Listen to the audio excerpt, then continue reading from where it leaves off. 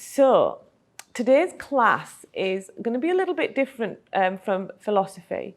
What we're going to look at is some Kundalini teaching methodology, and really talk about how to bring the class to life, how to bring that class together, just so you guys can kind of understand when you're going through your lectures what happens. And so when you're ingesting this information, what are the sort of things that you need to look out for? And then how do you then bring that to life within a group setting, be that online or be it in front of people? So I know we've had lunch, so we're going to be feeling a little bit like a breakfast, but it feels like lunchtime, doesn't it? Because we've been up for that long. I'm going to play us a little song, and I want us all to sing along to it, just so we can get the energy up.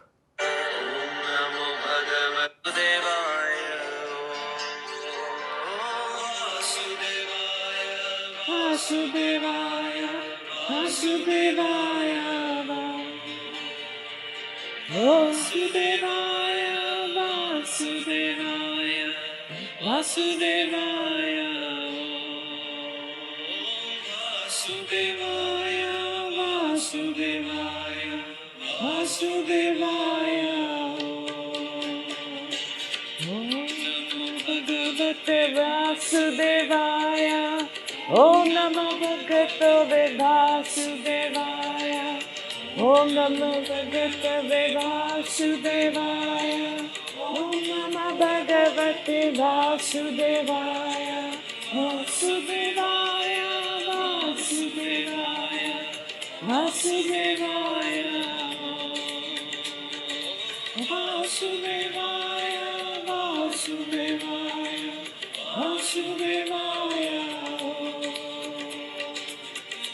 Vasudevaya, Vasudevaya. Vasudevaya, Vasudevaya. Namo Bhagavate Vasudevaya. Namo Bhagavate Vasudevaya.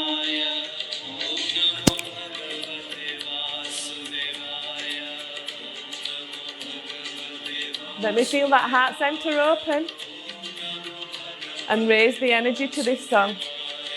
Om Namo Bhagavate Vasudevaya. Om Namo Bhagavate Vasudevaya. Om Namo Bhagavate Vasudevaya.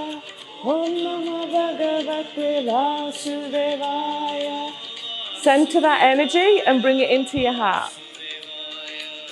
Vasudevaya,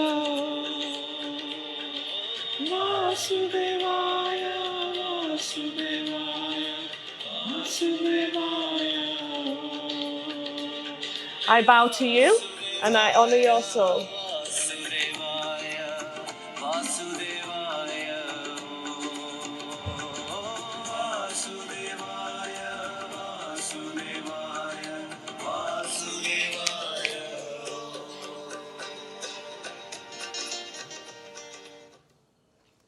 Welcome everybody.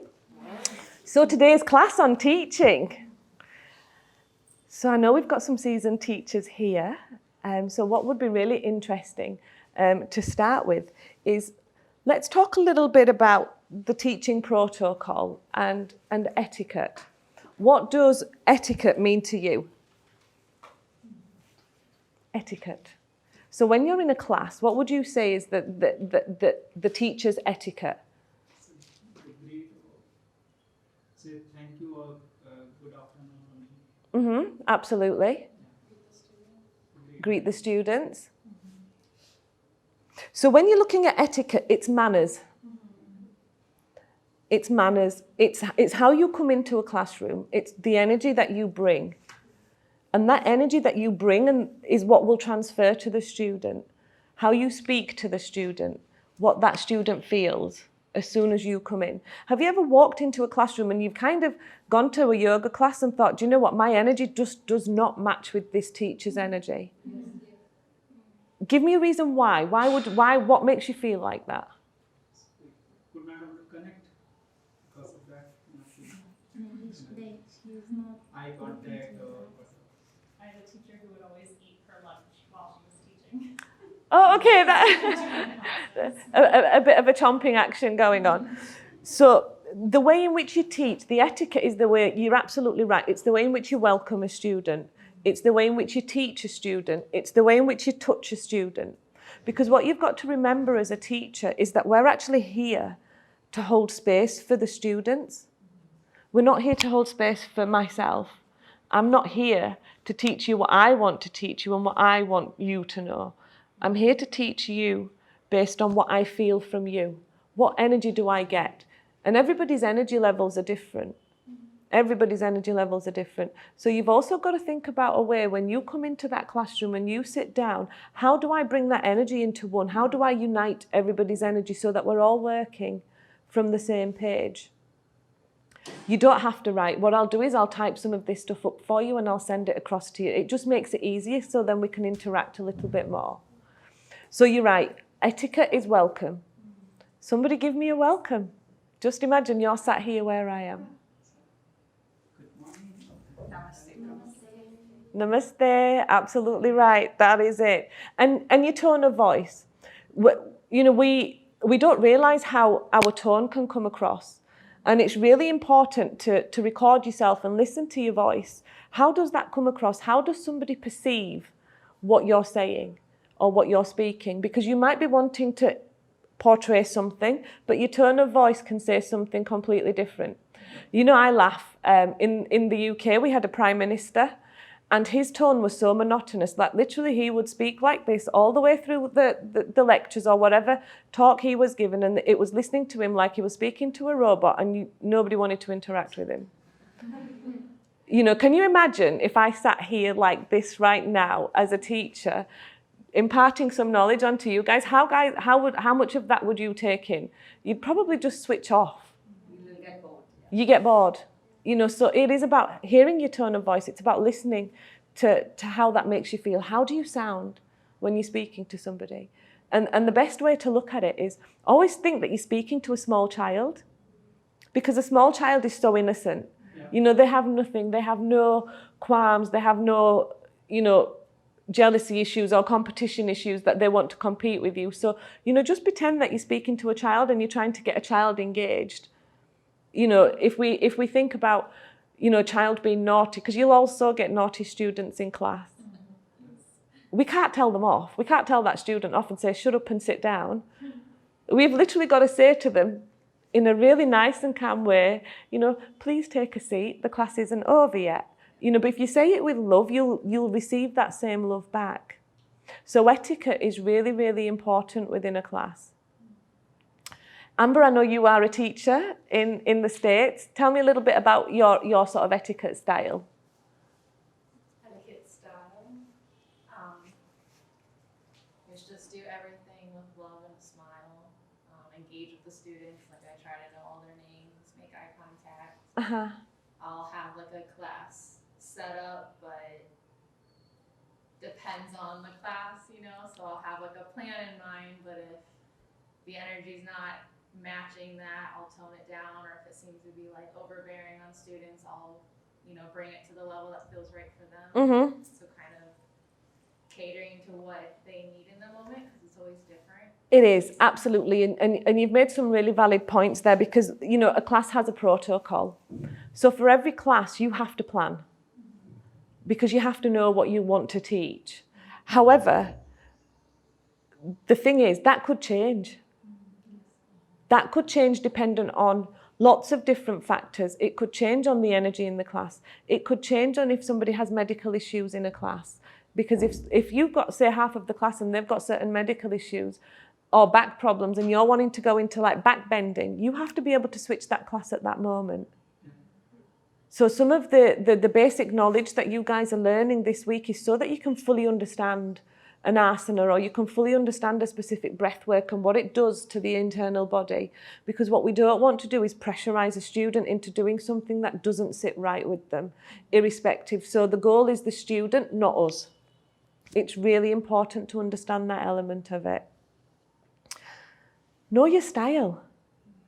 Everybody's style is different. Some people are jokey, laughy. Some people are just a bit more softer and smoother and quieter. So looking around the classroom, what would you say your style is, Poonam?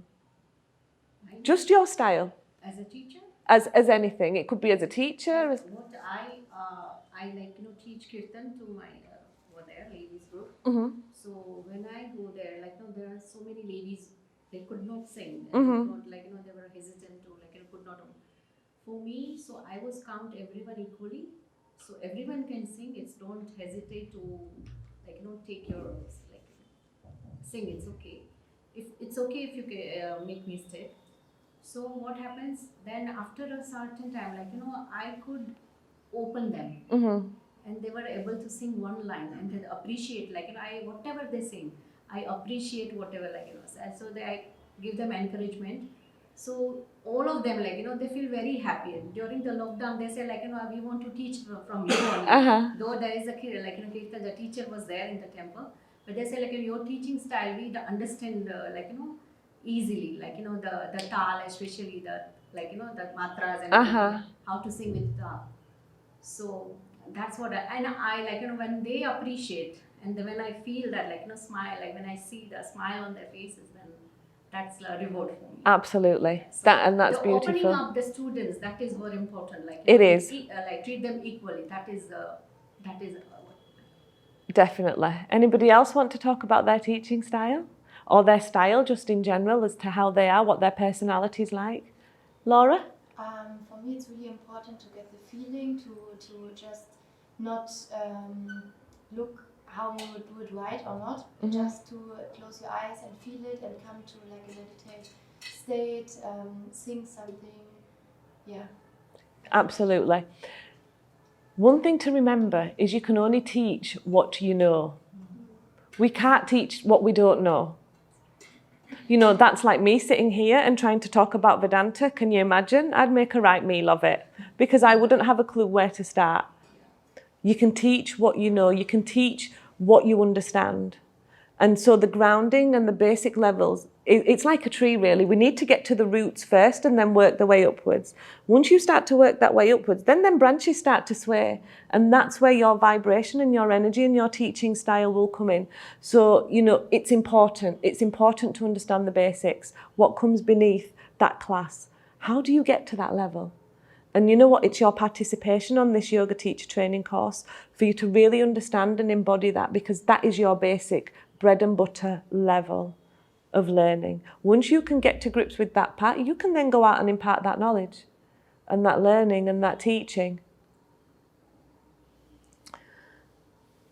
Be an expert. When you come to class and you sit in front of class, and it might be your first ever class, be an expert, because the students don't know more than you know. 9 times out of 10, when you're taking a yoga teacher training class or you're teaching a class, an asana class, them students are not seasoned yogis. They may be very new to yoga. They might be trying out yoga for the first time. So be an expert in your field and have that inner confidence, and have that inner confidence to speak, because it goes back that step. You're teaching what you know. With the traditional method of teaching and the traditional Himalayan method, it can't really be changed. That is the method, that is the process and the protocol that you go through. So just looking back, if we step back on them pointers, if we look at protocol, and you can write this part down if you want. Personal prep, always have a plan B.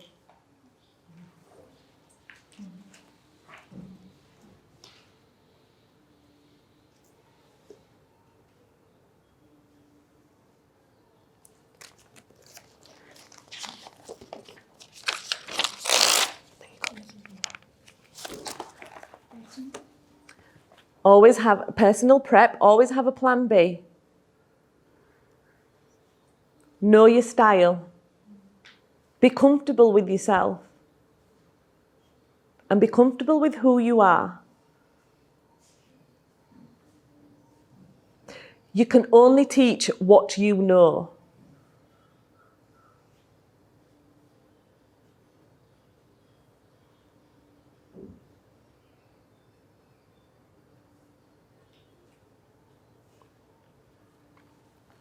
And just remember, we're also a student. We're always going to be a student. We don't know everything. And as much as a student will learn from us, we will learn from that student, because we will learn about different energies, we will learn about different styles. And from a specific student that might have some pre-existing medical conditions, you'll also start to learn and understand how somebody's body moves, because we're not all built the same. You know, how many times do you go to a yoga class and you're kind of in the asana class, and I'll tell you, when I first started going to yoga, it was all about my ego. It really was about, I want to be able to do that pose and I want to do it yesterday. So instead of trying to sort of connect my mind, body and breath, what I would be doing is looking around the class to see what everybody else is doing. So we think when we're teaching a class that all eyes are on me. They're actually not.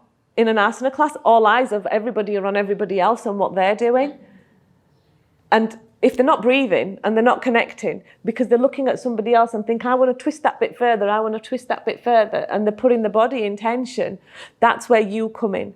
That means that you will be able to gauge and suss how you can walk over to that person and just slightly twist them a little bit to make them feel that bit better and just get that bit more of a connection. Components. How do we sequence a class? Anybody know what the asana structure looks like? Okay, I'll write this down. If my leg ain't gone dead and gone to sleep, we'll be okay. So, the first components of sequencing a class. Number 1. When I came in and when I was sat here, what did I do?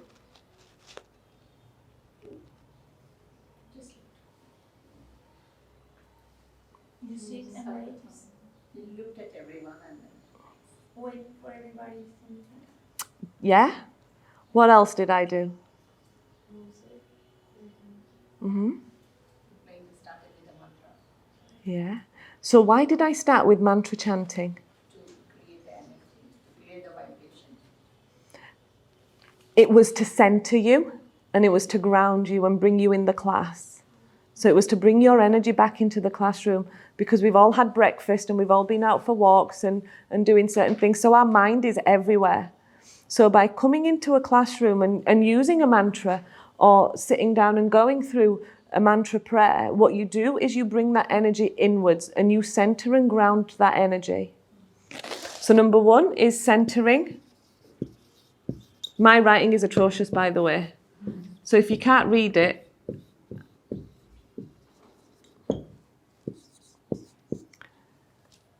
what's next? What comes after centering and grounding?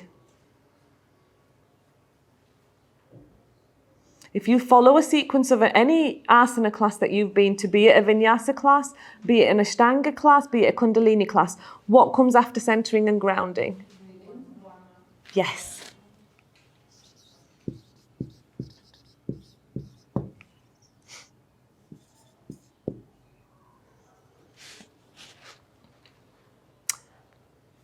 When we have done the warm-up, what do we need to know?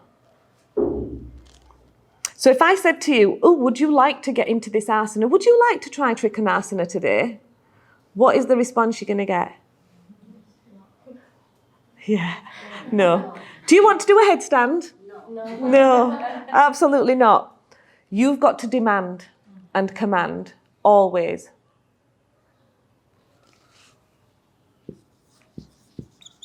Because if we ask the question, or if we give too many options, they stop listening. The students stop listening. Never ask them a question. You know what you know. And that's what you take to them. So you can demand. You can say the next asana is, instead of, well, we might try this, or we might not try this. Or please make this. No. No, because if you start saying please, they're going to look at you and say, I don't want to do that today. I'm not feeling great. Yeah. So demand and command. So it's like almost when you're putting your asana class together from the warm-up, know how you're going to demand, know how you're going to command a student into that specific asana. Number 4. This is quite a tricky one.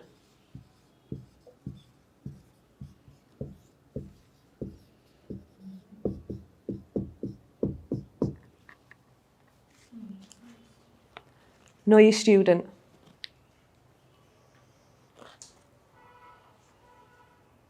How do you know a student? If somebody's just walked into a class, how do you know them? Maybe look how they do like asanas and how their body is working.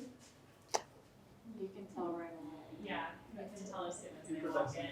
Absolutely. You can feel the energy, can't you? How they speak to you, how they greet you. Are they shy? Are they an introvert? Are they an extrovert? You know, where they set up. where they set up in the class. The front ones are school swats. The back ones are the naughty ones. Rishab, I'm pointing at you. And Meghna, you. No, I'm only joking. You know, it's about knowing your student. It's about knowing their energy. How do they come across? Because that will also dictate how you can demand and command in a class. You know, do you need that little bit of softness in your voice?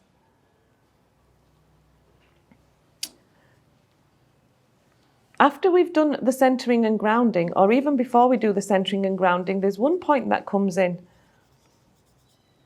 And it's your intro.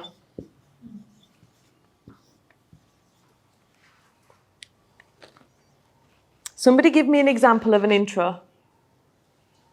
An introduction. Gina? It'd be, hi, I'm Gina. I'll be teaching your class today. We're doing a vinyasa flow. We'll be opening up heart and hips. If anybody has any medical, anything going on, please let me know. Perfect. That's exactly it. You've got to put who you are. If it's the first time teaching, never tell them because they won't know. The type of class. The type or what you are teaching.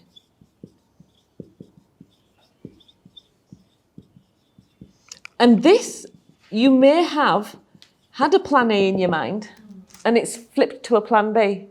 Don't panic. That's okay. The type or what you are teaching. So, namaste, my name's Anita, everybody, and today I'm taking the Kundalini Yoga Asana class and I'm going to be teaching you some kriyas. I'm going to be going through pranayama and breath work. It is an intermediate class. However, we will work from the basics upwards just so that everybody feels comfortable and they know what to expect. Because there's nothing worse than walking into a class thinking you're in a basic or an intermediate class and then all of a sudden they start swinging from the chandeliers. And I've had that before as well and nearly thrown up. But hey, you know. And the pace of the class. What tone do you set the class at?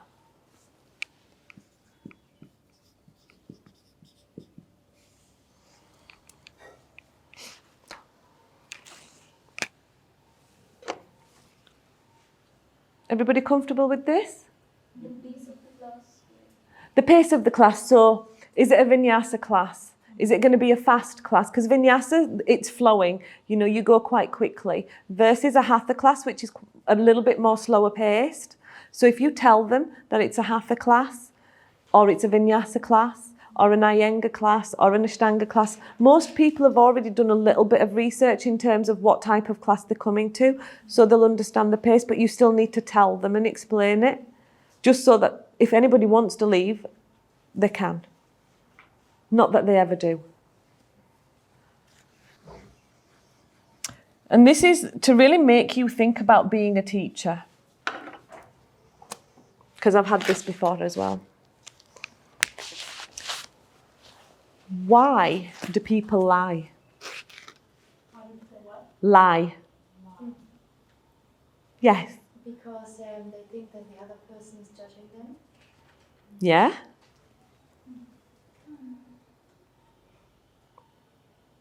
Anybody else?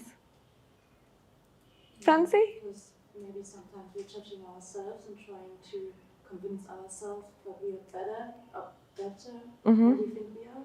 Definitely. We lie because we're not comfortable with something.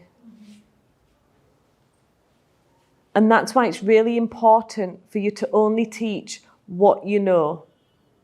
Do not try to teach what you don't know. Because a student, if they're in tune with energy, will pick up on it. And they'll know that you're lying. So only teach what you actually know. You want to gain something. So the class is about you and not your students. We've got to really think about bringing it back to the students, bringing it back to you guys.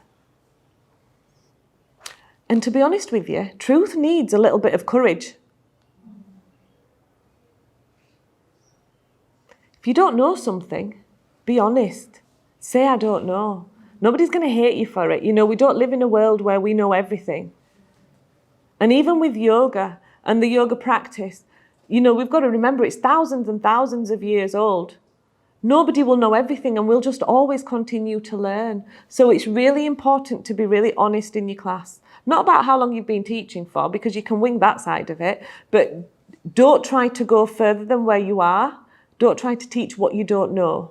And don't try to make it up as you go along. So if you don't know an Ashtanga style, for example, don't try build it. Don't try bring it in. Stick to the Hatha that you've been taught and that you know. And then take a Hatha or an Ashtanga or another course which will give you that knowledge and that energy, because there is slight nuances in every type of style of yoga. The art of touching. Oh, it sounds a bit rude. So I'm going to sit back down, because this is really important, is the art of touching.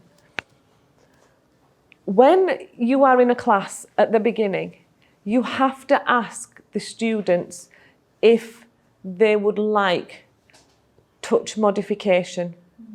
You can't go around and just touch anybody, because some people don't like to have an invasion of their personal space.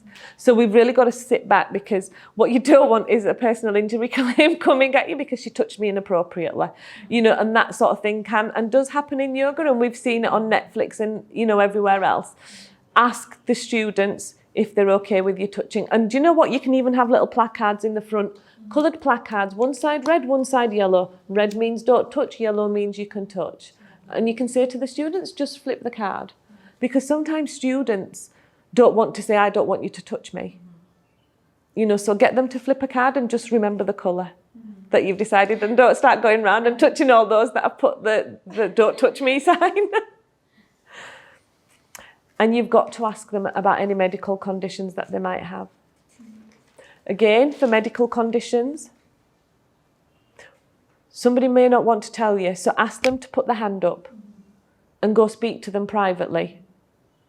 Whilst you're doing your centering and grounding, you can actually go at that point and go speak to the student. I like to, if I start a class, if they're lying down or in like a child's pose where they can't see each other, that's usually the point that I would ask them to raise their hand and then go and talk to them. Absolutely, because your class doesn't always have to start in this asana. You know, you can start your asana in a shavasana position with eyes closed and ground and center from that point. Because what we do in this point, we can also do in shavasana. So if their eyes are closed and they are centering and grounding, again, you can just say, put your hand up if there's any medical conditions, and I'll come and speak to you. Because you've got to remember your first part of a yoga class is always about 5 or 10 minutes. Then the warm-up's about 5 or 10 minutes. Then you have the bulk of your asana class. And the way that the asana classes work is, as you're going through your traditional Hatha teacher training, what you'll find is you'll start with standing postures. Then you move to kneeling. Then you move to sitting. And then you move to laying down. And literally that's how it flows.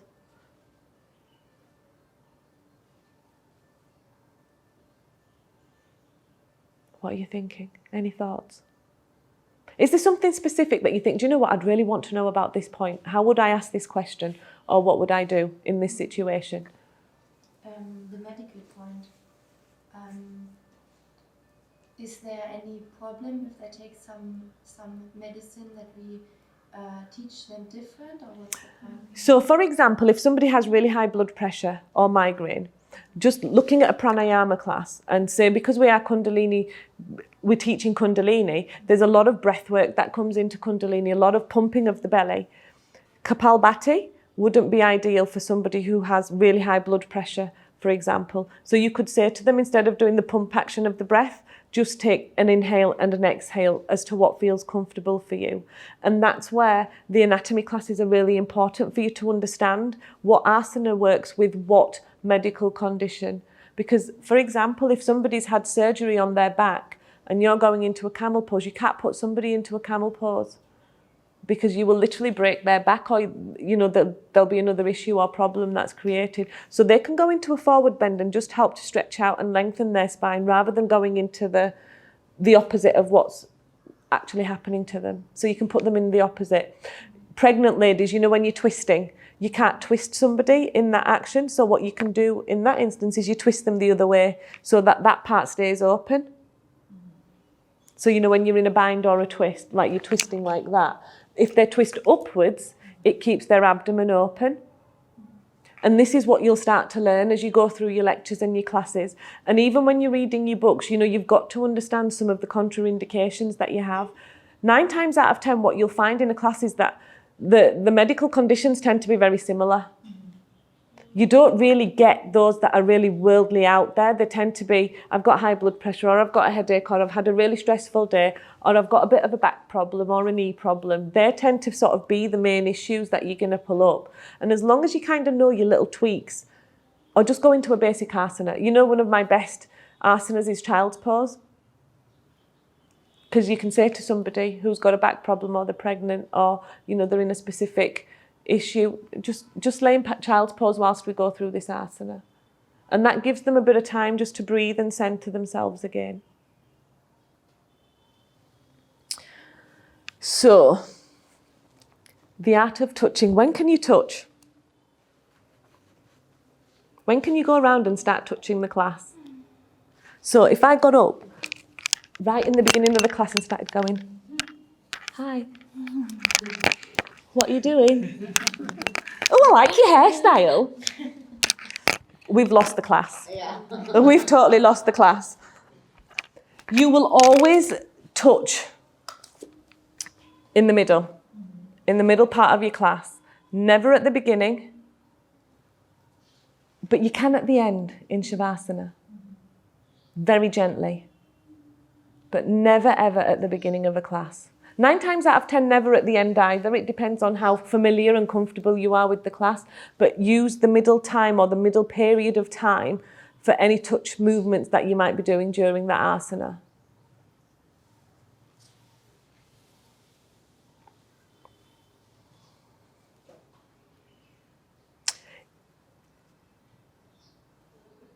Also, the pressure that you apply is really important. Because if somebody's in 100% of what their capabilities are, you can't push them any further. Because realistically, in a yoga class or an asana class, you should only be working to 80% of your capacity. There should be still a 20% give. So if somebody's, and you see like that, that, oh, on the face, please don't touch them and push them any further. But if somebody's kind of smiling and they're just a little bit off key, you can just go in and just move them ever so slightly. So you've got to be really gentle. You've got to be really careful when you're touching somebody or you're putting pressure on them. Definitely on the spine position when they're in the back.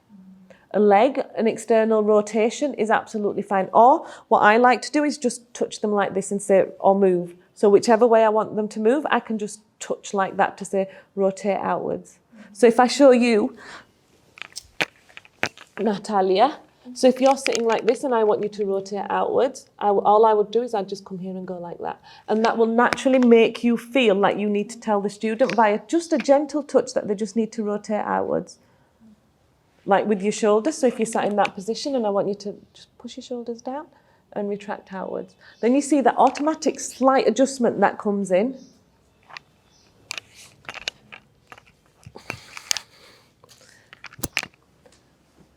And understand the boundaries. The main thing is to avoid conflict. Because yoga's about that individual person. It's not about how I want them to look. So if I'm having a class recorded, for example, and I want all my students to look amazing because I want to put it on YouTube, for example, and everybody has to be in this perfect asana, and I go around and start to move everybody and shift everybody, that can create a lot of conflict and tension within the class, and the whole energy will change. So you have to be really mindful of boundaries and knowing people's boundaries. Because some people don't like it. Some people will just let you hug them and, you know, they're absolutely fine with it. Others will be like, okay, you can touch me a little bit, but don't come too close. Because they don't know us yet. You know, certainly if they're new to the class, they don't know who we are.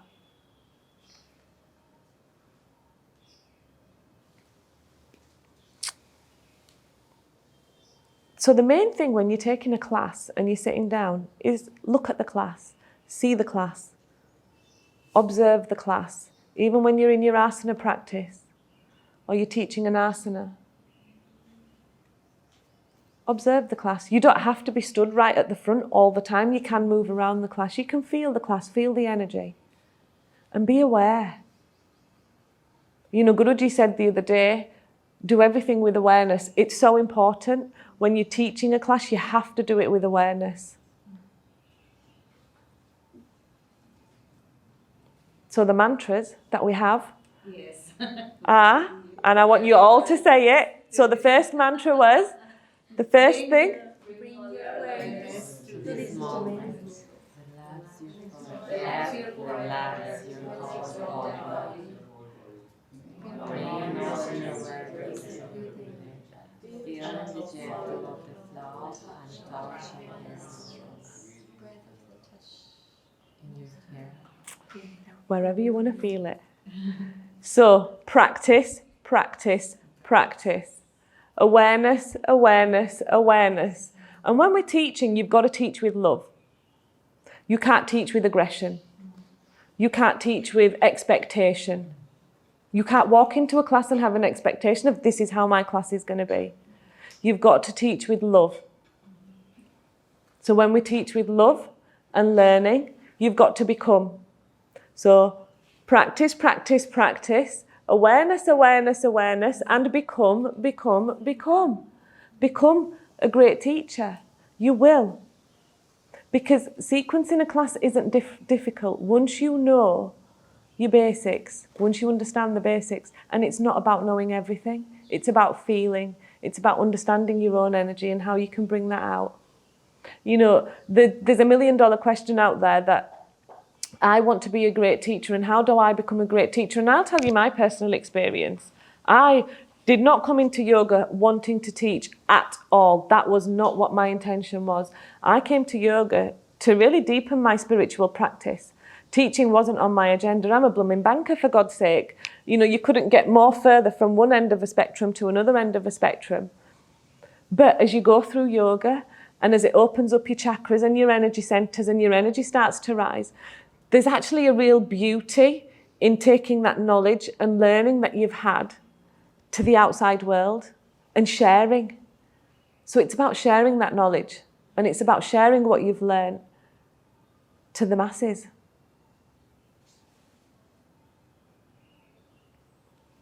Any questions on teaching that you think that you want to know about? Because we have 15 minutes.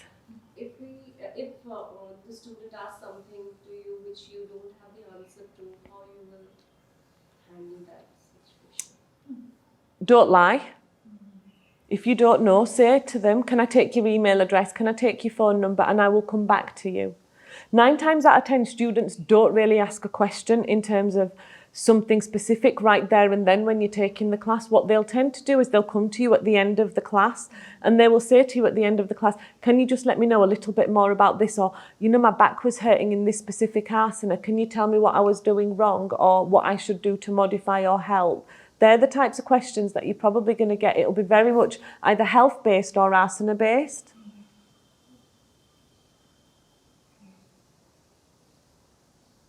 Anything else? Yes, Natalia. Thank you. Is it better, or what is these 2 types of teaching? When you make the exercise with people and when you just explain it and see them? Okay, so there's 2 or 3 different ways that you can teach. So you can either stand at the front of the class and teach visually, so all your students are watching you and you do every single asana with the class and you stay with the class. a lot of people don't like to teach in that way, because to kind of go through a full class, especially if it's a fast-paced class, you're not going to have any breath left. So what you do is you show the asana, and you show them on the inhale and the exhale. And you can stay in 1 or 2 asanas with the students, but then the rest of the time you can talk about the asana. You can say, right, from here we're going to move into Trikonasana, and you could be in the center of the class. You don't have to be at the front of the class. You can move around, and if there's space, like for example, I'm sat here, I could literally move to here and say, this is what we're going to do, or move to the back of the class and have everybody turn around. So you teach either by going through and saying what your alignment requirements are. So your foot should be in flexion or extension, rotate, internally rotate, externally rotate. What you want to do is only give 2 or 3 cues per asana. And then you can talk about the inhale and the exhale. So really what you're trying to do is give them a couple of cues. It gives you then the opportunity to walk around the classroom and do any slight adjustments that might be needed. But the key thing is the inhale and the exhale. It's their breath. How are they breathing? And that's what you need to continue with. So, you know, when you inhale and then you exhale and then you come back up on an inhale. I think what I learned in my first training was action, body part, direction. Yes. Are the 3. So like hands lift up. Action. Feet, yeah. Yeah. Action, body part, direction. Action, so your hand is going up. So you're going to take your hands above your head. The direction, up, inhale, and then that's your action. And then what was the last one? Action, body part, direction. So it'd be... Direction is that your hands are going up. So what your body part, what's moving upwards. So your action is what you're going to do. Your direction is which way you're going. So you're bending down. Are you twisting? Left or right. I don't ever know my left and right. So I can be saying to you, go left, and I'll be going right somewhere. And you can do mirroring with body language. So you can mirror so that I'll do exactly the same way as you're doing. Or you can do an opposite. So if my left is going to look different. Yeah, for that too, there's like directional cues around the room. So you could say like towards the window. Towards the window. Towards me. To the left side of your mat, to the front side of your mat, to the back side of your mat. Use what you have around you. Honestly, it really helps. Because even me, I can sit and think, which is my left hand, which is my right hand? Honestly, like I do not have no sense of direction whatsoever, and I fall over a lot as well. I'm really clumsy. You know, so you've just got to be able to breathe through it and laugh with your class. It don't matter. You know, you might not have practiced that whole sequence all week and have it down to perfection. Don't matter if you fall out of it. Many a time I've fallen out of an asana and just laughed. You know, Ganesh does exactly the same. He wobbles, doesn't he? You know, it's all about having fun, and it's about raising that energy and really just brightening somebody's day or evening. We don't know what type of a day somebody's had. At the beginning of the class, should we talk about Kundalini? I mean, about general, what is Kundalini? Yeah. Know what Kundalini is. Know what that expectation in that class is. Understand your chakras.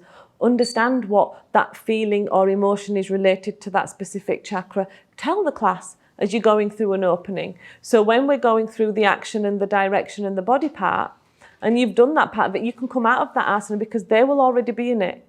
And then you can say to them, for example, bring your attention to your heart chakra. Allow the feeling of love to flow. You know, I forgive myself. I forgive others on the exhale. So you can talk about it, and that's understanding your chakras and what emotion is related to that specific chakra. You're here to teach and learn and understand Kundalini, and that's what you take out. So you can build all of that into your class sequencing. It's your roots, you know, just remember it's your roots, it's your grounding. Once you know the basics, and it is basics, you can then go out and add to it because there is such a vast knowledge of information out there, you can keep adding to it.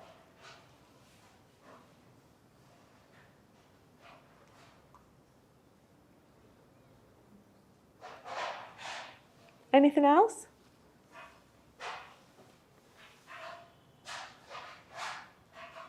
So hopefully that just gives you a little bit to think about, you know, when, even if you're in your room for half an hour, you know, and you want to have a little play with what you've learned already, and that could be just simple joint movements. You can go into a class and teach simple joint movements. You know, think, how would I put that class together? What would I be doing? What do I want it to relate to? What emotion do I want it to relate to? Or what am I feeling? Just pretend there's loads of people in your class. And what are they feeling? And you'll be able to gauge the energy, and you'll be able to gauge where everybody's at from that point. And then it's that lunchtime lull coming in. We have 5 minutes. Sing song time. Sing song time, let's feed you. Let's feed you some music. Shambho, Shiva, Shiva, Shiva, Shambho. Shiva, Shiva, Shiva, Shambho. Shiva, Shiva, Shiva, Shambho. Mahadeva Shambho. Mahadeva Shambho. Mahadeva Shambho. Mahadeva Shambho. Ready? Shiva, Shiva, Shiva, Shambho. Move around the room, feel your energy. Shiva, Shiva, Shiva, Shambho. Shiva, Shiva, Shiva, Shambho. Mahadeva Shambho. Mahadeva Shambho. Mahadeva Shambho. Mahadeva Shambho. Shiva, Shiva, Shiva, Shambho. Shiva, Shiva, Shiva, Shambho. Shiva, Shiva. Bring your energy down. Bring your arms to the side. Bring them down. And then feel that energy raise. Shiva's coming up. Your Shakti's coming up. Shiva, Shiva, Shiva, Shambho. And hold the energy. Hold Shakti at the top with Shiva. Feel it. Shiva, Shiva, Shiva, Shambho. Pretend you're a snake. Move up. That Shakti's coming upwards. Shiva, Shiva, Shiva, Shambho.